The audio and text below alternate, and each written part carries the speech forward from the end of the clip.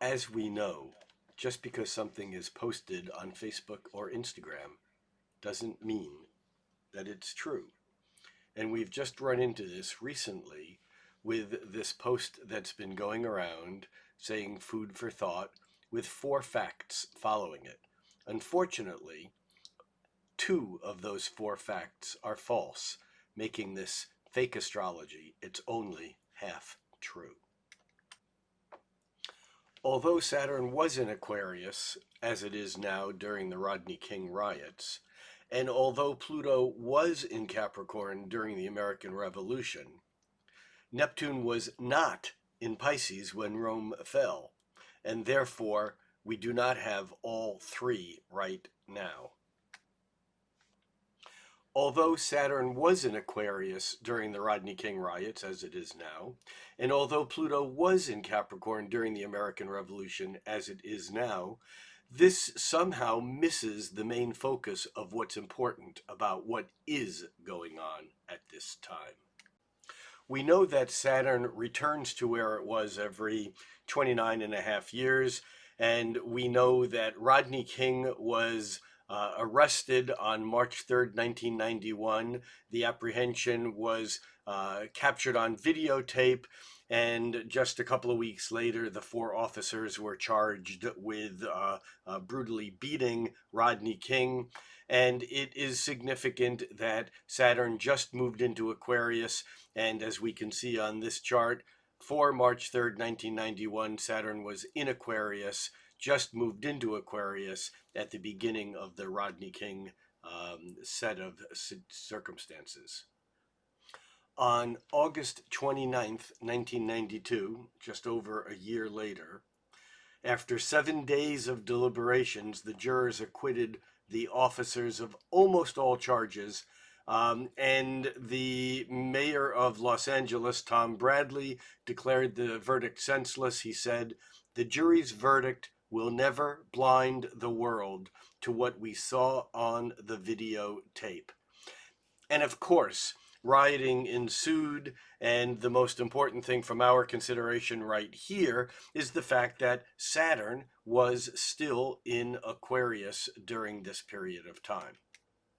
But it didn't end there. You see, what happened was that in August of 1992, the officers were indicted on federal civil rights charges, and on April 17, 1993, 2 of the 4 officers were convicted.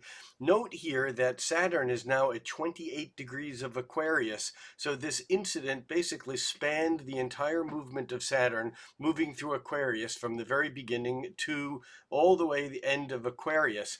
Also, however, note that Saturn during this time has moved through a square to Pluto, and it is a Saturn-Pluto conjunction that we're dealing with now. We'll come back to that in just a moment. Remember that Saturn is a 29-30-year cycle. So Saturn moves into Aquarius every 29 or 30 years and stays there for a couple of years. Even though we have this repetitive issue around the police brutality coming to light and ensuing acts of expression of frustration and rebellion, we need to be careful about jumping to those kinds of conclusions, because remember that Saturn cycles very frequently.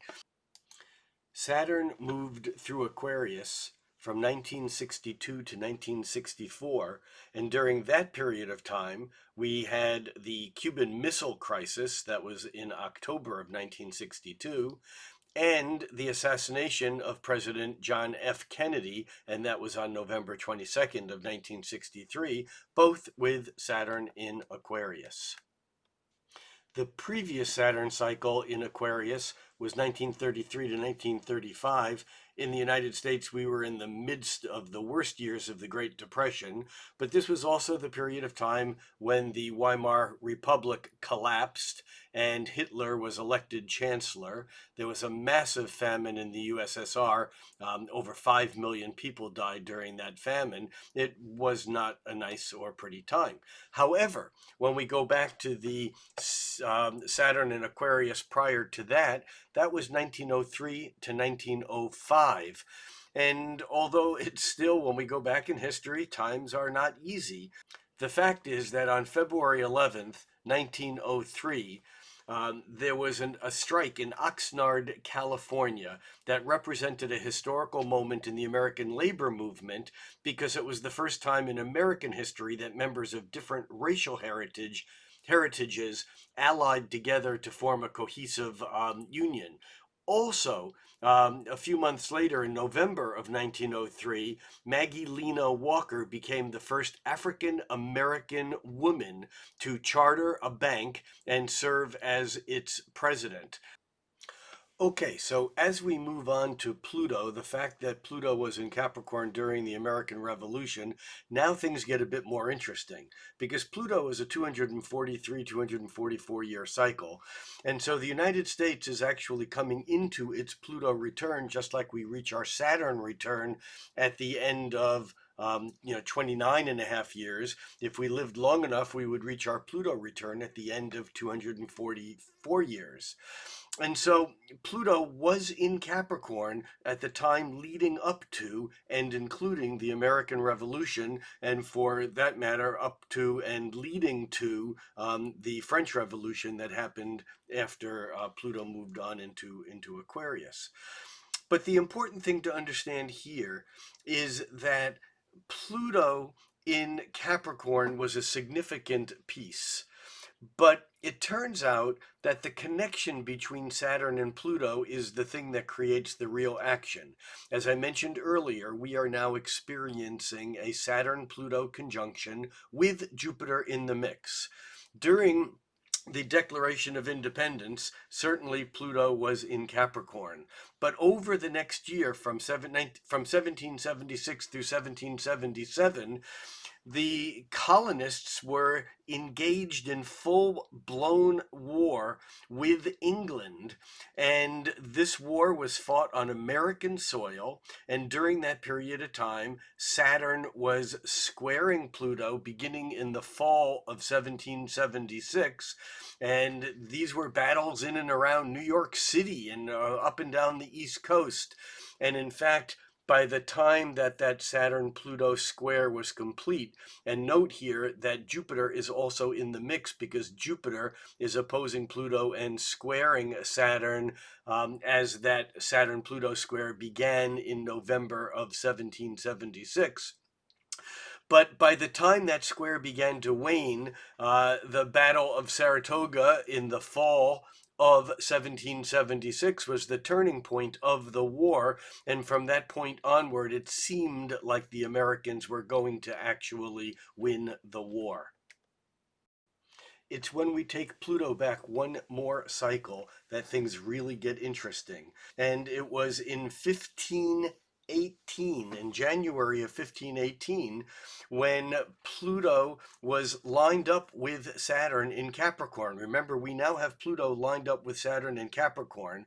And the previous time to now, when Saturn and Pluto were aligned in Capricorn, just a couple of months after Martin Luther nailed the 95 Theses to the church wall, which kicked off the Protestant Reformation. This is a protest to Rome and the reformation of the church. This is one of the most critical times in modern history when the fundamental rule of the times, the Catholic Church from Rome, was basically upset and turned upside down. And as Pluto continued to move through Capricorn, it was very interesting because this was a very intense period of time that included Martin Luther being excommunicated and him burning the proclamation by the Pope in defiance. We don't need to waste time on the next item. Neptune was not in Pisces when Rome fell.